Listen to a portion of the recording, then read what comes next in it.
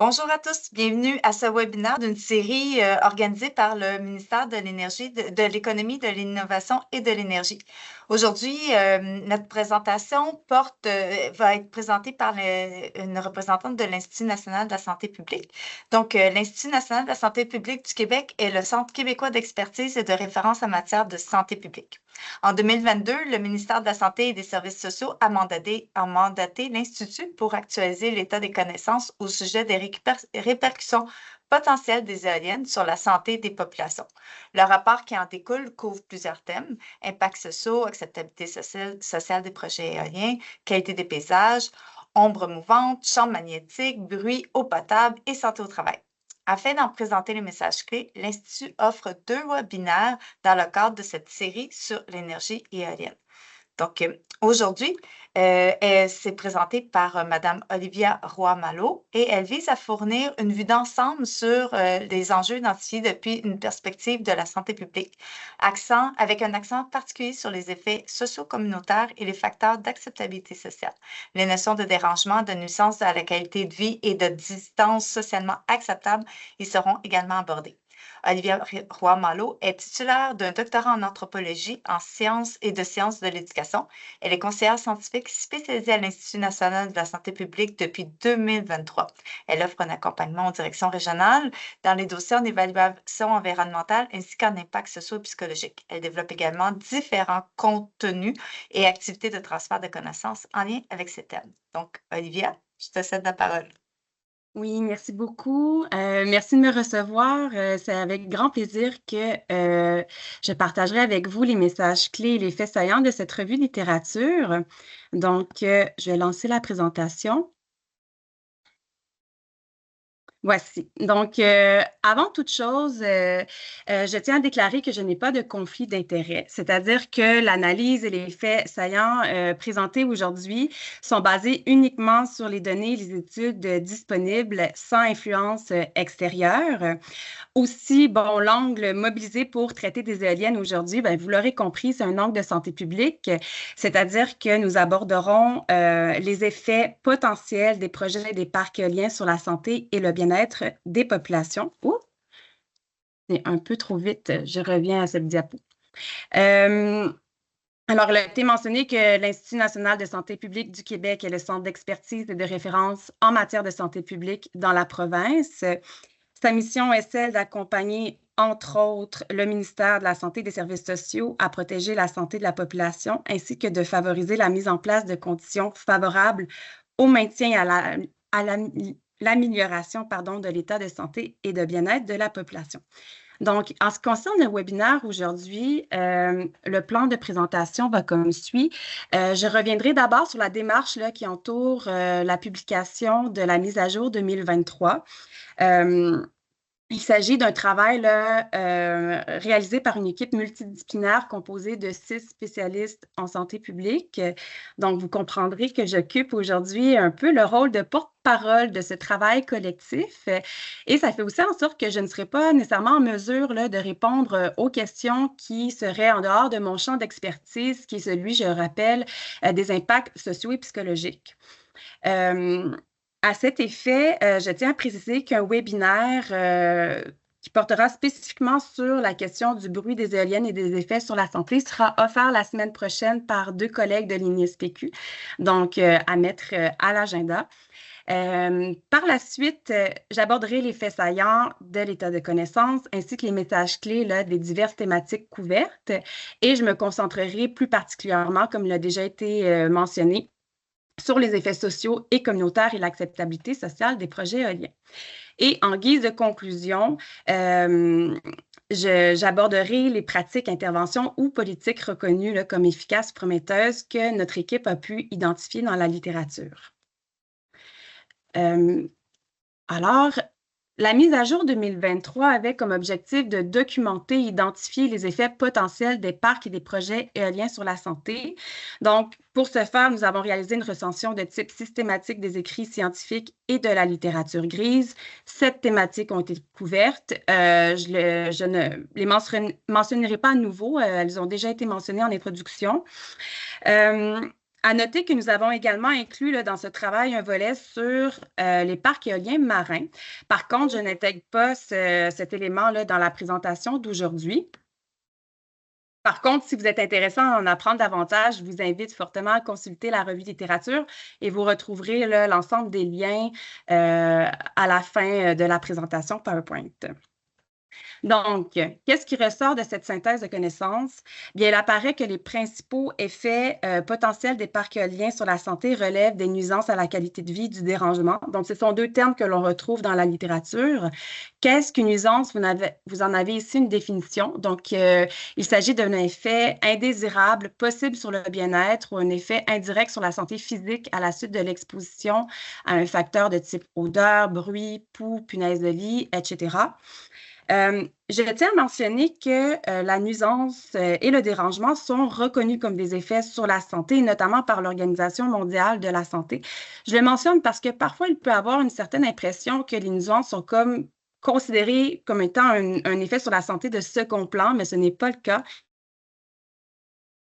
À la qualité de vie, en ce qu'elles sont susceptibles d'entraîner des modifications dans les habitudes de vie, dans les comportements des gens aussi. Elles peuvent conduire éventuellement à une perte de jouissance du milieu de vie, engendrer des sentiments dépressifs, une fatigue, de la colère, un état d'abattement également parce que les personnes touchées peuvent avoir l'impression de perdre le contrôle sur leur environnement, sur leur vie, et ces sentiments plus négatifs peuvent nourrir une perte de confiance envers les instances décisionnelles, les élus, les institutions gouvernementales, etc.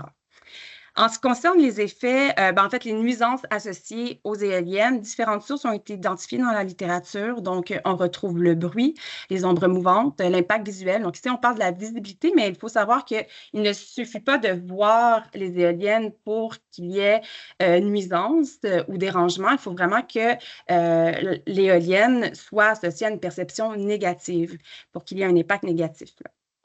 Et aussi les lumières clignotantes, et ce, surtout là, dans les milieux plus éloignés.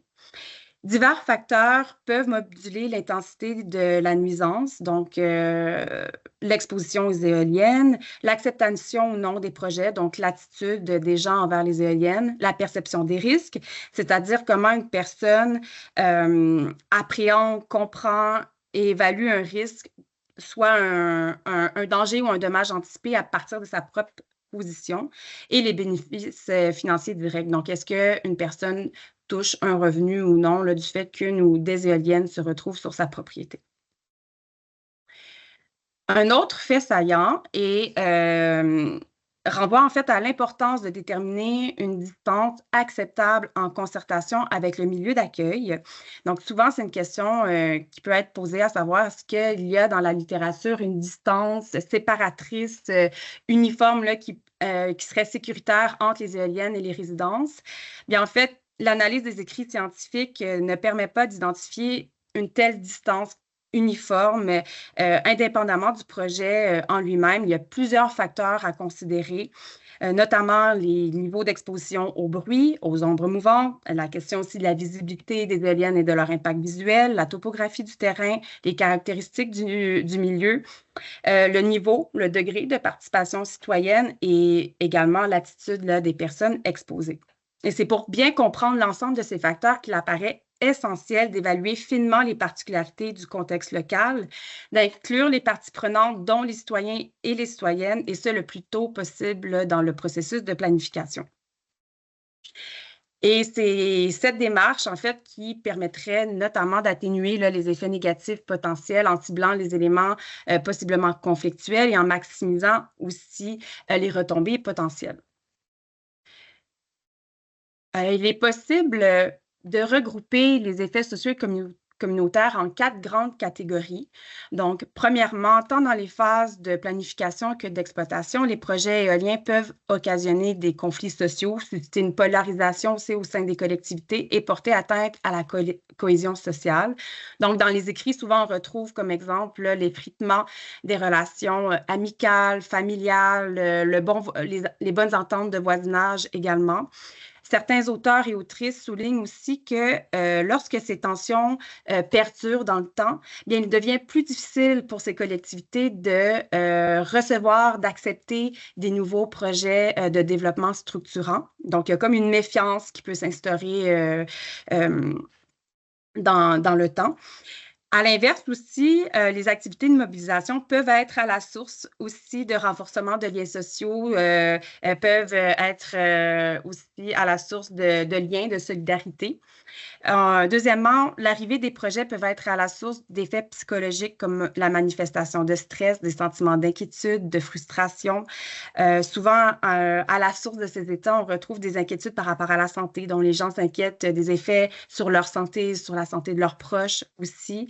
Et ces sentiments peuvent être suscités lorsque les personnes perçoivent qu'il y a eu un manque de consultation, lorsqu'elles ressentent aussi que leurs préoccupations n'ont pas été suffisamment entendues, considérées dans les processus de planification et que leurs connaissances, donc les savoirs locaux, n'ont pas été bien intégrés également dans le processus de planification.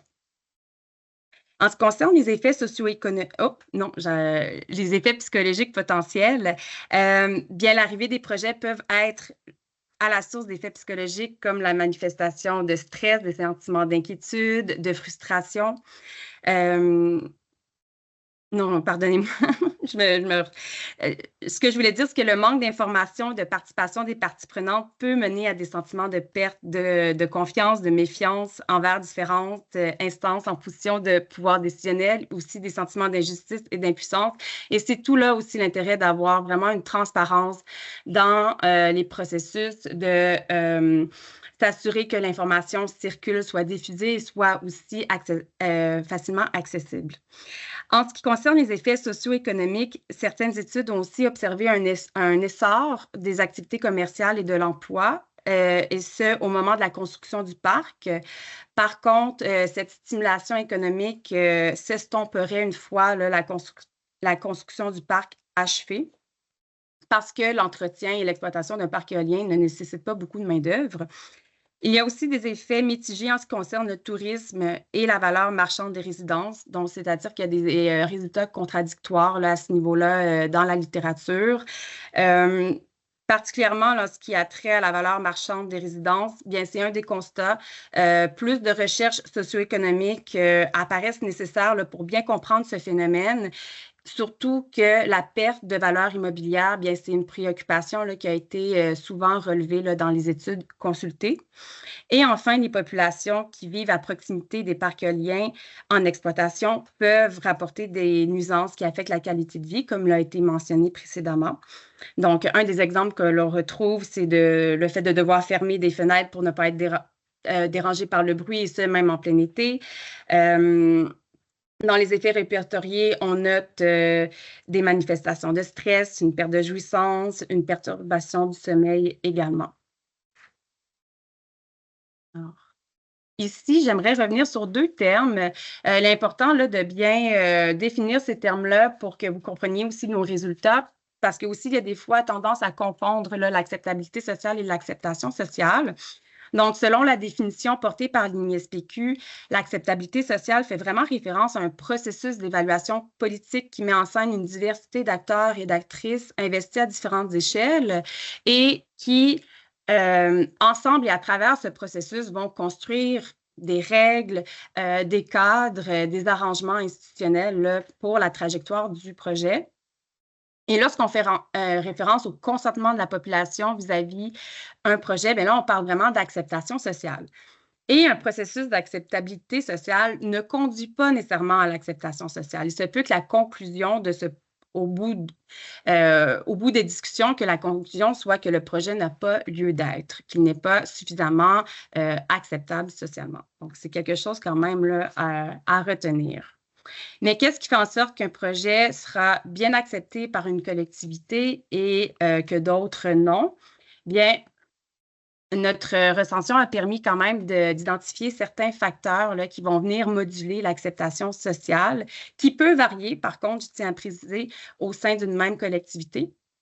Donc, parmi les facteurs, on retrouve l'attachement identitaire au lieu, les représentations sociales des éoliennes et du paysage, les attitudes et valeurs envers les technologies, envers la préservation des écosystèmes, la communication des impacts potentiels du projet, le niveau de participation citoyenne également, à la fois dans le processus d'implantation, mais aussi dans la gouvernance du parc éolien, les impacts financiers directs et indirects, ainsi que les caractéristiques physiques, donc la hauteur, la densité, la juxtaposition des éoliennes. Pourquoi il est important de bien comprendre ces facteurs? Bien, c'est parce qu'ils nous renseignent sur les attitudes des personnes et des groupes face au projet, sur leur vision d'avenir pour leur collectivité, et aussi parce que ces facteurs mettent en lumière les aspects plus conflictuels d'un projet et aussi ses retombées. Et lorsqu'on comprend bien ces facteurs, bien, il est plus aisé d'atténuer par la suite les effets néfastes des projets, puis aussi accroître leurs bénéfices. Ces facteurs aussi varient selon les contextes historiques, culturels, sociopolitiques et socio-économiques. Donc, ils ne sont pas fixes, hein, c'est mouvant. Donc, c'est pour ça aussi qu'il est important de ne pas faire de comparaison. Ce n'est pas parce qu'un projet est nécessairement bien accepté dans un milieu d'accueil qu'il le sera nécessairement dans un autre, même si les collectivités peuvent partager des similitudes. Il faut toujours se rapporter vraiment au contexte local et bien comprendre qu'est-ce qui peut moduler l'acceptation ou non d'un projet. Alors, qu'est-ce qui est possible de retenir? C'est qu'il existe une hétérogénéité des attitudes face aux projets éoliens qui peuvent modifier effectivement la qualité de vie des populations. Les résultats des études nous montrent que ces facteurs d'acceptation vont bien au-delà du phénomène du pas d'amarcourt. C'est quelque chose de complexe qui mérite notre attention. Il apparaît aussi fondamental de documenter et de considérer les contextes locaux en amont des projets afin justement de bien dégager les particularités sociales, économiques, politiques et culturelles du milieu qui va moduler les facteurs d'acceptation. L'accès à l'information et la consultation des parties prenantes s'avère aussi essentiel. Lorsque les démarches sont déficitaires, bien, il peut y avoir des conflits et des perceptions d'injustice également. Et enfin, l'instauration de mécanismes de participation citoyenne dès la phase de planification s'avère importante pour bien prendre en considération l'ensemble des préoccupations et construire un. En ce qui concerne le paysage et l'aménagement du territoire, bien, les effets sur la qualité du paysage dépendent de ce que le paysage représente pour les habitants et habitantes locaux, ce que ça représente aussi pour leur culture. Et les attitudes varient selon les perceptions individuelles et collectives des éoliennes et du paysage, et ce, basé sur les connaissances et les valeurs locales. Et puisque les points de vue sont variés, bien, il est important de reconnaître cette diversité et de l'inclure dans la planification. Pour l'eau potable, bien, il s'avère qu'il y a peu de données scientifiques sur les effets des éoliennes sur la santé en lien avec la qualité et la quantité d'eau potable. Il est toutefois important de considérer la vulnérabilité des nappes d'eau souterraines dès le début pour évaluer les risques potentiels pour l'eau potable. Et les phases de construction et d'exploitation des éoliennes pourraient être associées à de potentiels risques de contamination chimique. Mais il s'avère, comme je disais, nécessaire d'avoir plus de connaissances sur les impacts des éoliennes sur la qualité de l'eau, des nappes et des sources à proximité pour mieux documenter les risques. Alors, le bruit, comme je l'ai mentionné, il va y avoir un webinaire spécifique sur cette question. Néanmoins, je peux vous partager quelques messages clés. Donc, il existe une association entre les niveaux d'exposition au bruit des éoliennes et le fort dérangement. Par contre, le bruit n'est pas le seul facteur à considérer pour bien comprendre le phénomène de dérangement. Il y a d'autres facteurs non acoustiques aussi à prendre en compte, donc notamment la sensibilité individuelle au bruit, l'attitude envers les éoliennes, l'impact visuel des éoliennes et la réception d'un bénéfice financier également. Et l'importance de chacun de ces facteurs varie d'un projet éolien à l'autre selon le contexte et les individus. Donc, il apparaît encore une fois important de tenir compte des particularités locales de chaque projet éolien en raison justement de leur grande influence sur le dérangement par le bruit. Les ombres mouvantes ou les réflexions sur les pales des éoliennes bien, peuvent être une source de dérangement pour les personnes exposées, comme il a déjà été mentionné. Aucune des publications recensées n'a rapporté de risque pour les personnes souffrant d'épilepsie photosensible. Et considérant le corpus d'études disponibles, il n'est pas possible d'établir un seuil d'exposition précis.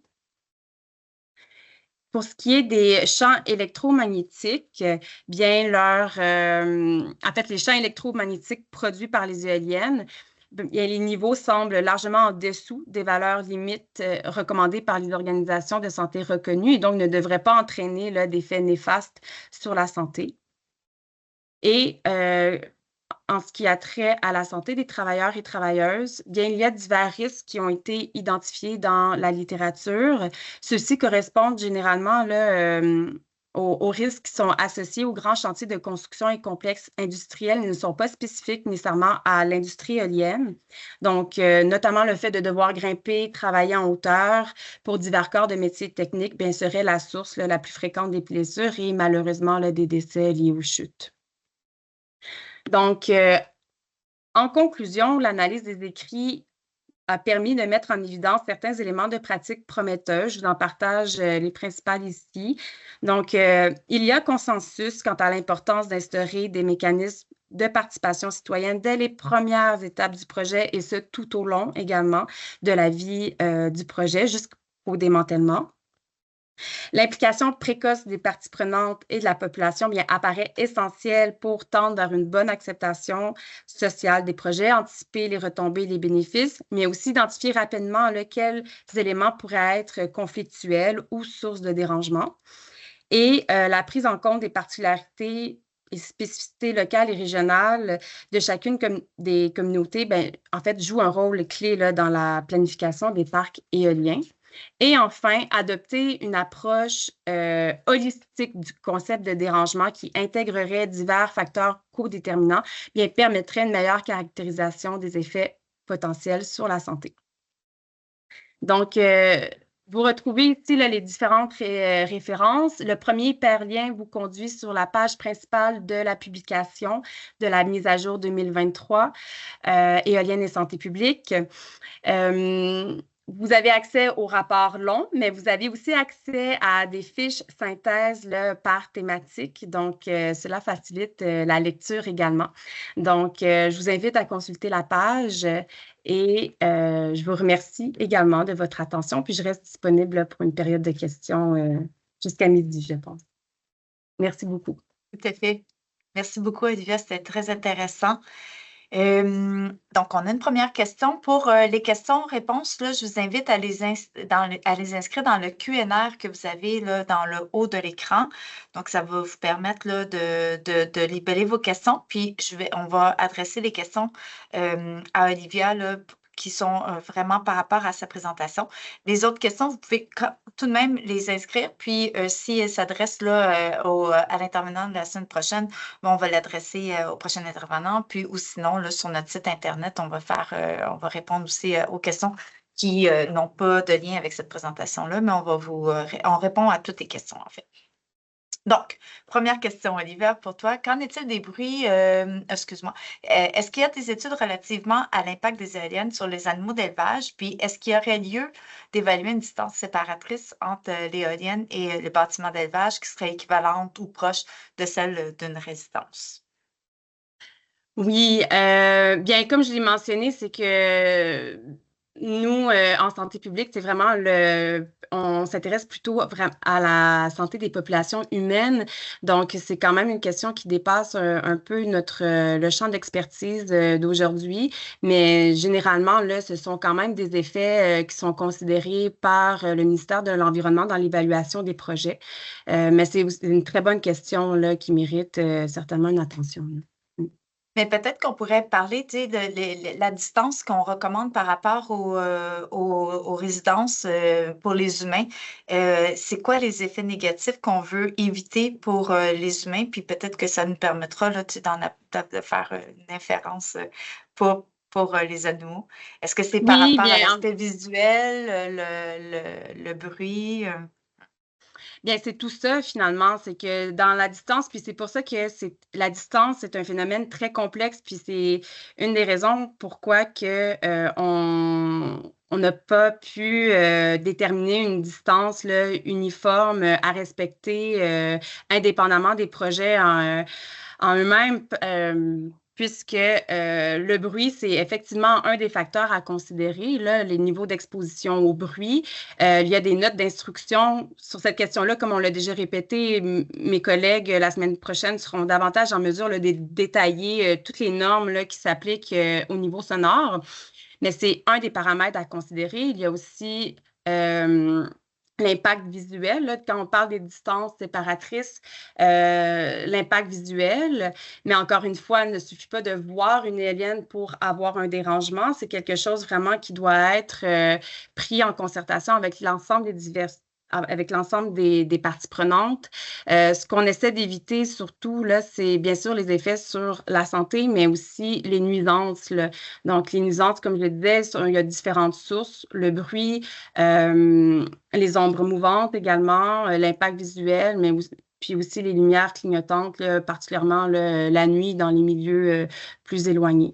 Donc, comment que ça se répercute sur la santé animale? Malheureusement, là, je n'ai pas les éléments de réponse là, pour approfondir cette question-là. Ouais. OK, parfait, merci. Est-ce qu'il y a des bruits de basse fréquence ou des infrasons? Là, on parle plus de bruit, là, fait que peut-être, Olivia, tu pourrais me dire qu'on reporte la question à la semaine prochaine. Très probablement. Oui, OK, parfait. Fait que pour je cela, je sais pas c'est quoi la c'est question. La question, qu'en est-il des bruits de basse fréquence et des infrasons? Oui, ben pour cette question générale, oui, effectivement, je vais devoir inviter la personne à reposer la question la semaine prochaine là, à mes collègues qui seront présents. Puis, très désolée de ne pas pouvoir répondre. Le bruit, c'est quand même une question, effectivement, une préoccupation, en fait, qui est souvent relevée à la fois dans les écrits, là, mais aussi dans notre travail là, de manière ponctuelle. C'est quelque chose qui est soulevé. Par contre, peut-être que je pourrais prendre un petit peu d'avance sur mes collègues, puis informer aussi les personnes présentes qu'il y a une page, on a réalisé une page à l'INSPQ spécifiquement sur la question des effets sur la santé du bruit des éoliennes, donc qui vient vulgariser justement là, certaines des notions et illustrer aussi là, certains concepts. Donc, peut-être que les gens peuvent aller consulter cette page-là en prévision du webinaire la semaine prochaine. Parfait. On demande aussi si la puissance et la hauteur des éoliennes ont un impact sur la santé humaine. Mais la hauteur, c'est vraiment aussi là, quelque chose qu'on voit de plus en plus là, comme une préoccupation qui revient de plus en plus du fait que, effectivement, là, les éoliennes dans les parcs éoliens récents là, sont plus hautes. Donc, on parle généralement d'une hauteur de 200 mètres. Encore une fois, c'est une question qui mérite nuance. Quand on parle des distances séparatrices, encore une fois, je répéterai que c'est un tout. Hein. C'est pas juste la hauteur, c'est pas juste la puissance. Il y a comme plusieurs éléments à considérer, notamment la topographie du terrain, la force des vents. Donc, il y a plusieurs éléments. Là, mais la hauteur peut avoir, oui, une influence notamment sur le bruit des éoliennes. Et encore une fois, ça fait quelque chose qui sera plus approfondi la semaine prochaine, mais pas nécessairement. Donc, il y a comme, c'est ça, c'est très nuancé, c'est pas systématique. Donc, par contre, si on considère encore la nuisance, notamment les impacts sur le paysage dans un milieu plus sauvage ou plus rural, mais dans la littérature, ça pouvait être rapporté que notamment la hauteur avait une incidence sur l'acceptation des projets du fait qu'on assistait à une certaine transition donc d'un milieu rural à un milieu peut-être plus industriel du fait qu'on retrouvait des grandes turbines, des grands mâts dans un milieu où est-ce que il y avait moins ce caractère-là auparavant. Donc, c'est quelque chose à considérer encore une fois, pas nécessairement juste sur la santé physique, mais aussi par rapport aux nuisances également. comme impact Parfait. socio-psychologique. Peut-être que je pourrais rajouter aussi avec la connaissance que j'ai du secteur de l'éolien, là, les manufacturiers de turbines visent à réduire aussi le bruit qui vient des éoliennes. Fait que même s'ils sont plus grosses, ben, la technologie fait en sorte que maintenant, il y a une préoccupation par rapport à ça. Puis il y a des éléments qui sont mis sur les pales qui atténuent le son des éoliennes, là. Donc, je voulais juste le Exactement, c'est ça. mentionner. L'un est pas, c'est pas systématique. Donc, c'est vraiment, c'est beaucoup de nuisances, pardon, de nuances. Oui, exact. Tout à fait, un beau lapsus. Oui. Est-ce qu'il y a des études au sol qui ont été effectuées pour voir si des particules sont émises par les éoliennes à proximité? Donc, par rapport à la qualité de l'air, pour ma part, dans le corpus que moi j'ai étudié en lien avec les impacts sociaux et psychologiques, je n'ai pas de repéré là, d'études en la matière. Je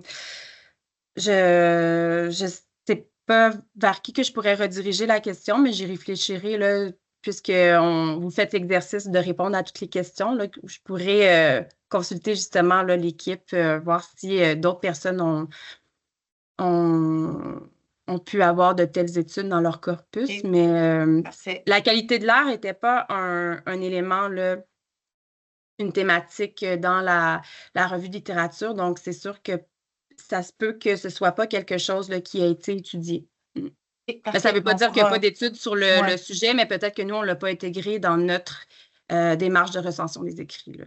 parfait. Si on trouve quelque chose, on pourra préciser cette réponse-là.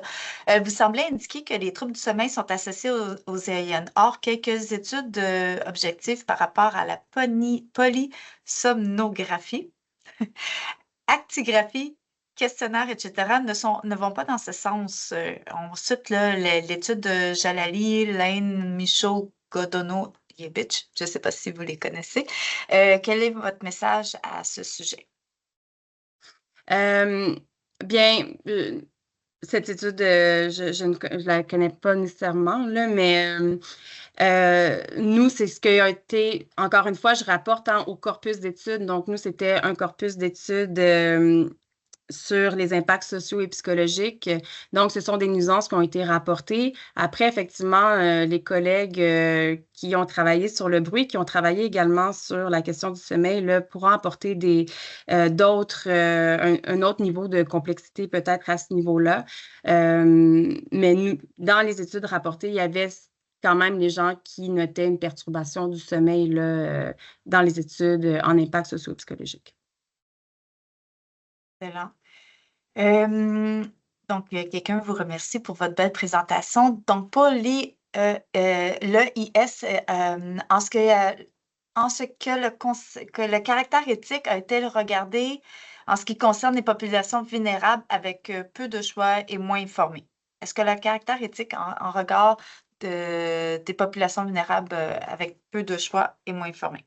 Excusez-moi, j'ai de la misère à formuler la question Formuler comme la faut, là. question. Ouais. Mais est-ce que c'était des choses que moi j'ai de la misère aussi à comprendre la question. Ce que je pourrais dire, c'est que tu sais, dans les études consultées, bien, il y avait quand même là, des populations, oui, rurales. Est-ce qu'elles sont moins informées?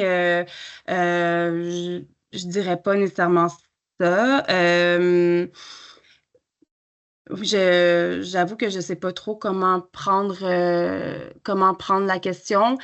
Peut-être ajouter qu'effectivement, c'est quand même une préoccupation à avoir là, d'aller rejoindre les groupes parfois plus marginalisés qui ont aussi moins voix au chapitre là, dans les mécanismes de participation citoyenne. C'est une préoccupation à avoir et il y a différentes aussi manières, stratégies là, pour aller chercher les gens qui sont moins portés à participer à ce genre de démarche-là. Là. OK. Mais il y a plusieurs outils qui existent, il y a plusieurs organisations aussi là, qui s'investissent dans ces activités de participation citoyenne, puis il existe différents outils et stratégies. Je peux nommer notamment le Communagir, qui ont bâti une boîte à outils en la matière. Il y a l'Institut du Nouveau Monde aussi, des fois, là, qui peut avoir différentes publications là, pour conseiller là, sur comment aller chercher des groupes de population qui sont qui sont plus difficiles à rejoindre. OK, parfait. On vous demande aussi, est-il vrai que le mouvement des pales sur l'air ambiant peut causer des problèmes auditifs et respiratoires sur la santé si les éoliennes sont trop près des habitations? Mais celle-là, je la renvoie là, Ouais, vraiment à mes collègues. Oui, tout ce qui est sur le bruit, il faut comprendre que ouais. la question Mais du bruit, il c'est parlait vraiment aussi de respiratoire, là, c'est pour ça que je l'ai posé quand même. Oui, mais comme je disais, la question Ouais. de la qualité de l'air, peut-être que les collègues du bruit pourront plus mieux détailler là, la réponse. Là. OK. Est-ce qu'il y a des enjeux différents ou additionnels auprès des communautés autochtones? C'est un des angles, quand même, un des angles morts là, de la revue de littérature, mais il y a quand même eu, oui, là, des effets.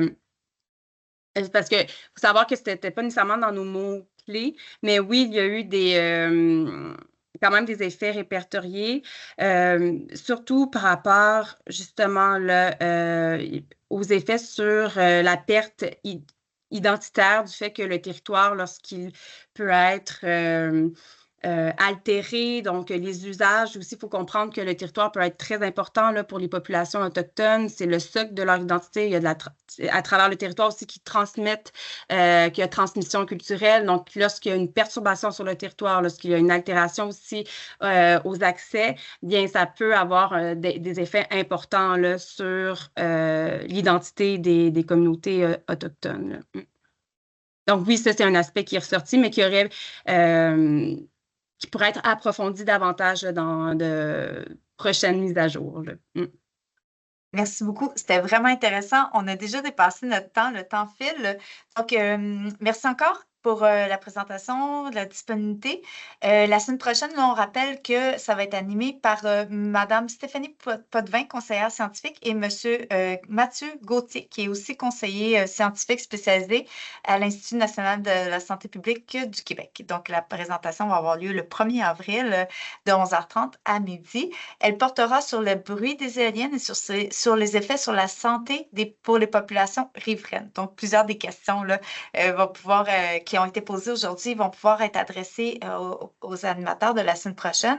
Ils vont aborder plus spécifiquement les recommandations des grands organismes de santé relativement au bruit des éoliennes, les constats tirés de l'analyse de la littérature scientifique quant à l'association potentielle entre le bruit des éoliennes et divers troubles de santé, puis enfin, là, les facteurs acoustiques propres au bruit des éoliennes et non acoustiques, ceux qui sont personnels ou sociaux ou autres, pouvant contribuer au dérangement. Donc, merci encore à tous pour votre présence aujourd'hui, puis à notre animatrice de la journée.